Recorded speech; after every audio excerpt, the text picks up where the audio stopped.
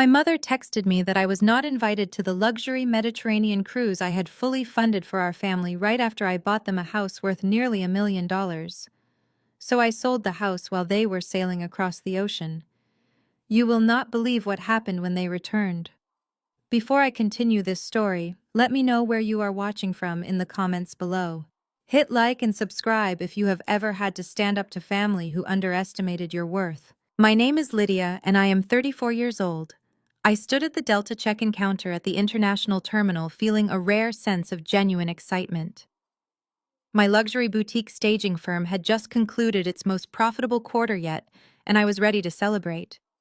The terminal around me buzzed with the frantic energy of travelers dragging oversized luggage and checking departure boards. I held my passport tightly in my hand. I had spent $30,000 booking a 2-week Mediterranean cruise for my family. It was supposed to be a bonding experience, a chance for all of us to reconnect after a highly stressful year. I had booked premium staterooms for my parents, Patricia and Richard, and a suite for my older brother Cameron and his wife Courtney. I even arranged for private excursions in Greece and Italy, hoping to create memories we could cherish for a lifetime. I was next in line to check my bags when my phone chimed with a text message notification. I pulled it from my pocket, expecting a message from my mother asking where we should meet near the gate. Instead, the text from Patricia read, "You are not coming. Dad wants just family. We gave your ticket to Courtney's sister." I stared at the glowing screen, trying to process the words. My brain simply refused to compute the sheer cruelty of the message. Just family. I was her daughter. I was the one who had carefully planned the entire itinerary over the past 6 months. I was the one who had paid for every single aspect of this luxury vacation. How could I suddenly not be family? The absolute audacity of giving my premium ticket to my sister-in-law's sister was staggering. A woman I had met exactly twice was currently preparing to board a ship on my dime while I stood abandoned at the airport. I stepped out of the check-in line, ignoring the annoyed sighs of the passengers behind me, and immediately dialed my mother's number. It rang 3 times before someone answered. But it was not my mother. It was my 37-year-old brother Cameron. He laughed loudly into the receiver over the background noise of the busy airport lounge. "Well, if it is not the workaholic spinster," Cameron said, his voice dripping with intense condescension. "What do you want, Lydia? We are about to board the plane." I demanded to know what was going on and why my mother had sent that horrific text message. Cameron sighed loudly into the phone as if I was being an unbearable nuisance. "Look, Lydia, you need to stop acting so entitled right now. Courtney's sister really needed a vacation. She has been going through a hard time, and frankly, she is much more fun to be around than you. You always bring the mood down with your constant business talk and serious attitude." Cameron. "I paid $30,000 for this trip," I said, my voice shaking with a mixture of disbelief and rising anger. "You cannot just give away a ticket that I purchased with my own hard-earned money to a stranger." Cameron scoffed loudly. "Your hard-earned money? Please, you just decorate houses for rich people.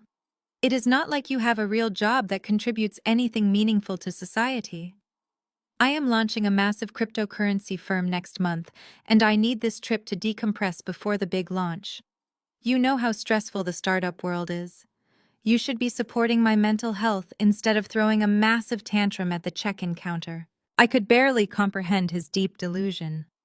Cameron was a perpetual failure who constantly called himself an entrepreneur but had never actually built a successful company in his entire life. Every single venture he touched went bankrupt within a year. And now he was lecturing me about hard work while standing in a VIP lounge that I had paid for. Before I could respond to his absurd claims, I heard scuffling on the other end of the line. My mother Patricia snatched the phone from him. Her tone was sharp and completely devoid of any maternal warmth. "Lydia, you need to calm down and stop making a scene," Patricia snapped. "You have plenty of money. You can go to Europe anytime you want. Your brother desperately needs this relaxation.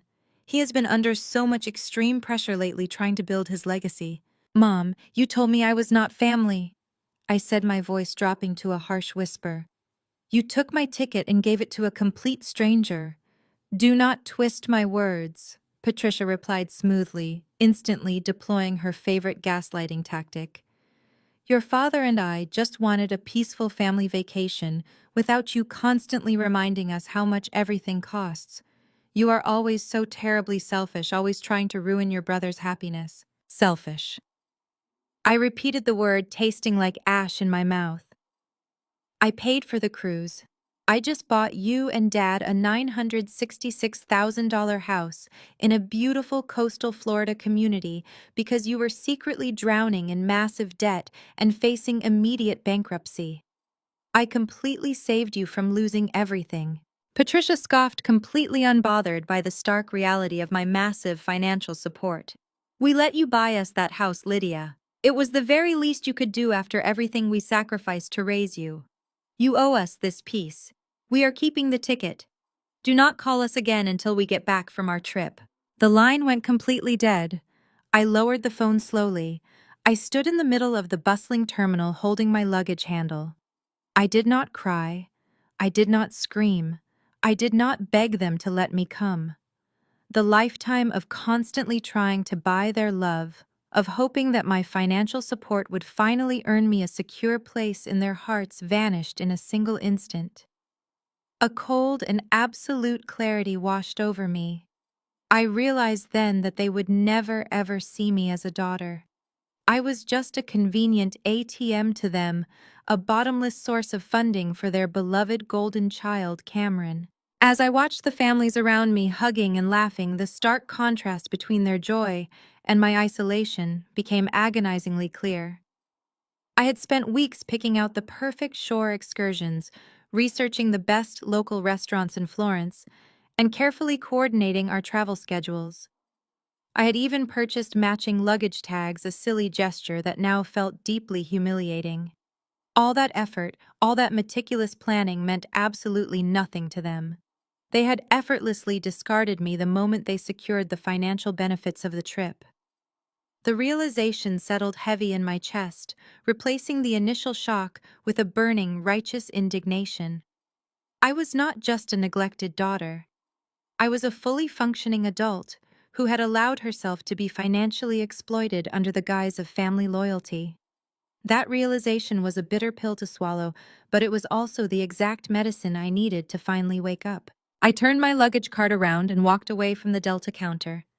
I found a quiet table at a terminal cafe overlooking the busy tarmac. I ordered a black coffee, sat down, and opened my laptop. No worries. I texted back to the family group chat. Have a great trip. Then I securely logged into the cruise line portal. My corporate credit card was linked to every single stateroom on their reservation. They were expecting to enjoy 2 entire weeks of unlimited luxury on my dime. With a few simple clicks, I completely revoked the payment authorization for Patricia, Richard, Cameron, and Courtney. I canceled the premium unlimited drink packages. I canceled the private guided tours in Rome. I canceled the beautiful sunset catamaran excursion in Santorini. I canceled the expensive luxury spa credits Courtney had booked for herself and her sister. I removed my credit card from their onboard accounts entirely. Once they boarded that massive ship, they would have absolutely $0 attached to their room keys.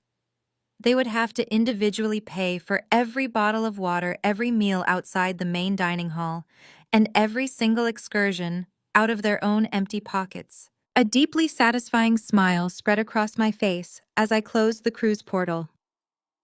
Let us see how they enjoy Europe with $0, I thought to myself.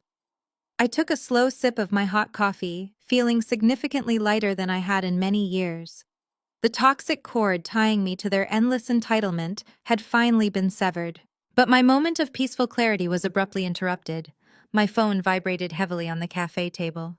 It was an urgent push notification from my premium property management application. I opened the app and stared at the alert in utter confusion. The smart locks on the $966,000 coastal Florida house I had just purchased for my parents had been manually overridden. Someone had explicitly entered the master security code and permanently changed the locks. My blood ran completely cold. My parents were supposed to be boarding a flight to Europe right now. They could not possibly be at the coastal property. I tapped the screen to immediately view the security camera feed from the driveway. The live video loaded and my jaw clenched tight. A massive commercial moving truck was backed perfectly into the driveway of the pristine coastal estate. I could see two strange men carrying a large leather sofa through the front doors.